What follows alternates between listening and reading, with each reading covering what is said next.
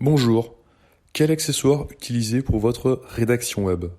C'est la question à laquelle je vais répondre dans ce nouveau format de vidéo consacré aujourd'hui à l'unboxing de la liseuse Kindle Paperwhite. C'est l'occasion de vous montrer comment je fais concrètement de la rédaction web. À ce titre, j'ai toujours utilisé une liseuse, en l'occurrence la Kindle d'Amazon. Je précise qu'il ne s'agit pas d'une vidéo sponsorisée. Ce que je vais dire au sujet des avantages d'une liseuse pour la rédaction web vaut aussi pour d'autres marques, comme par exemple la Kobo. Quel est le rapport entre la rédaction web et une liseuse, me direz-vous? Il faut avoir de la matière pour rédiger. Selon votre niveau d'expertise du sujet traité, avoir de la matière signifie beaucoup lire en amont. Des articles de journaux, des billets de blog, des livres. Or, la lecture sur un écran n'est ni efficace ni confortable. L'écran lumineux fatigue vite les yeux. Une page web est remplie de distractions comme les liens hypertextes, la publicité, les pop-up, etc. Vous avez tout un tas d'informations qui viennent parasiter votre lecture. Il en résulte une perte de concentration et d'attention qui affecte la qualité de la lecture et la productivité. Quelle solution pour remédier à cela? Soit vous imprimez les textes que vous lisez, mais cela peut nécessiter une consommation importante de papier et d'encre, soit vous utilisez une liseuse. Pourquoi? Car elle est dotée d'un écran à encre électronique.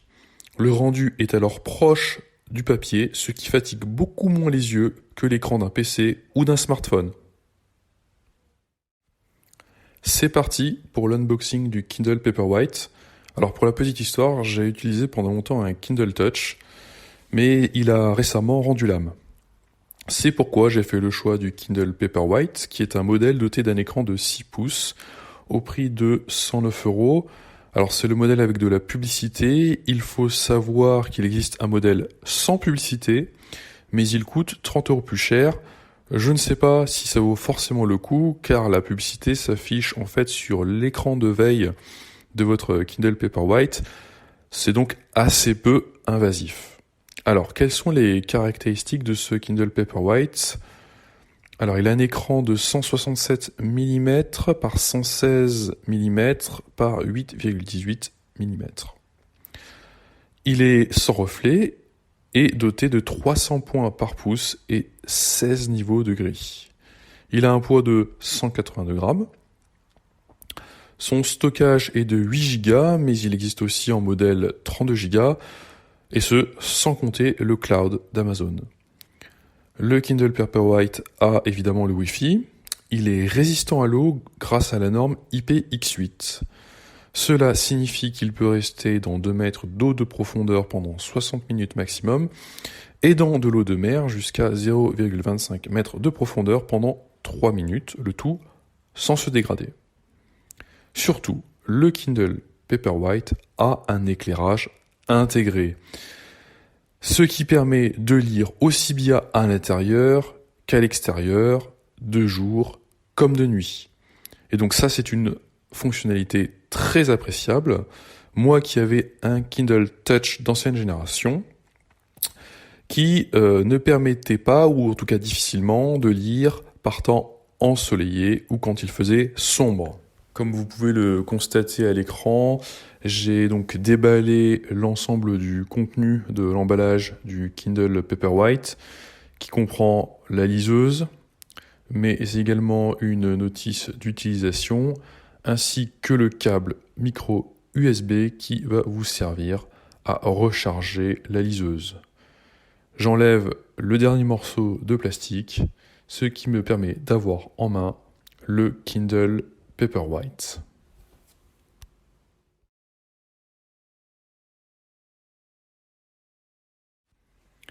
Une fois que vous avez déballé le contenu de l'emballage du Kindle Paperwhite, vous allez allumer votre machine en appuyant sur le bouton qui se trouve en bas de l'appareil. S'enclenche alors la mise en marche du Kindle Paperwhite avec cette image d'un enfant qui lit en dessous d'un arbre. Et le logo du Kindle avec le sourire d'Amazon. Vous allez commencer la configuration en choisissant votre langue. Alors en l'occurrence, c'est le français. Vous appuyez dessus avec votre doigt. Vous appuyez ensuite sur sélectionner une région. Donc là, je vais sélectionner la France. Et vous cliquez ensuite sur commencer.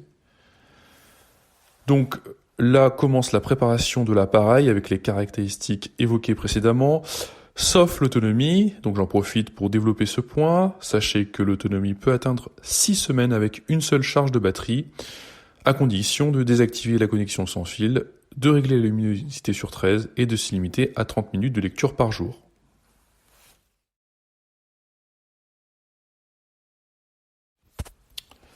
La préparation du Kindle est terminée, donc vous êtes face à une page qui vous propose un essai gratuit de 14 jours à l'abonnement Kindle, vous n'êtes pas obligé d'accepter. Et ensuite, vous avez une sorte de tuto d'utilisation de votre Kindle Paperwhite, donc que vous pouvez essayer ou que vous pouvez passer.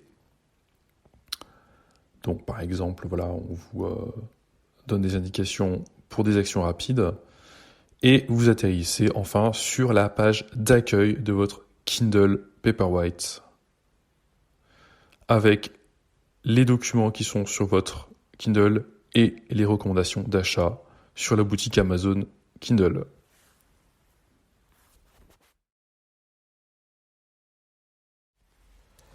Je vais vous montrer maintenant les fonctionnalités du Kindle Paperwhite. Vous avez téléchargé au préalable un livre. Alors là, en l'occurrence, c'est le guide d'utilisation du Kindle. Et donc, comme tout ouvrage qui se respecte, l'e-book commence par une table des matières. Vous pouvez aller de page en page en tapotant l'écran avec votre pouce ou votre doigt.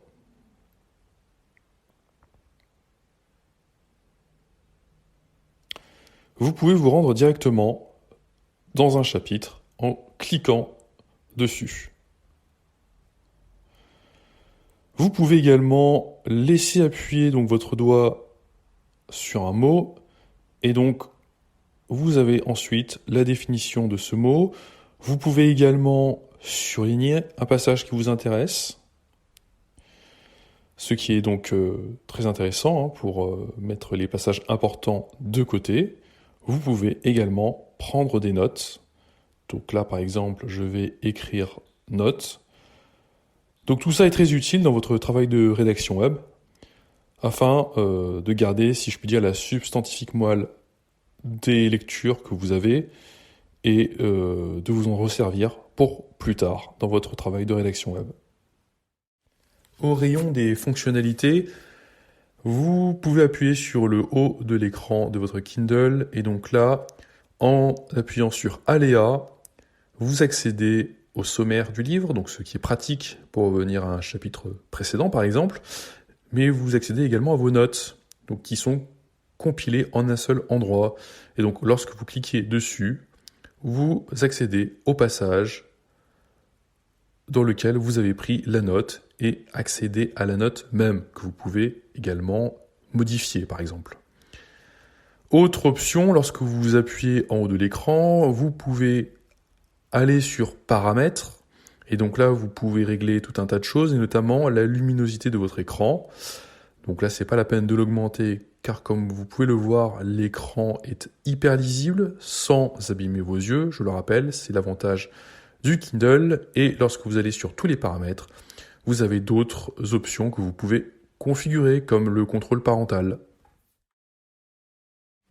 L'unboxing et la présentation du Kindle Paperwhite sont terminés. Si vous avez aimé cette vidéo, n'hésitez pas à lâcher un pouce vers le haut et à vous abonner à la chaîne pour plus de contenu dans ce genre. Si vous-même vous utilisez une liseuse dans votre travail de rédaction web ou pour lire, eh bien n'hésitez pas à le dire en commentaire. Moi, j'aimerais bien savoir quelle est la liseuse que vous utilisez et si ce n'est pas le cas, eh bien commentez pour me dire comment vous procédez.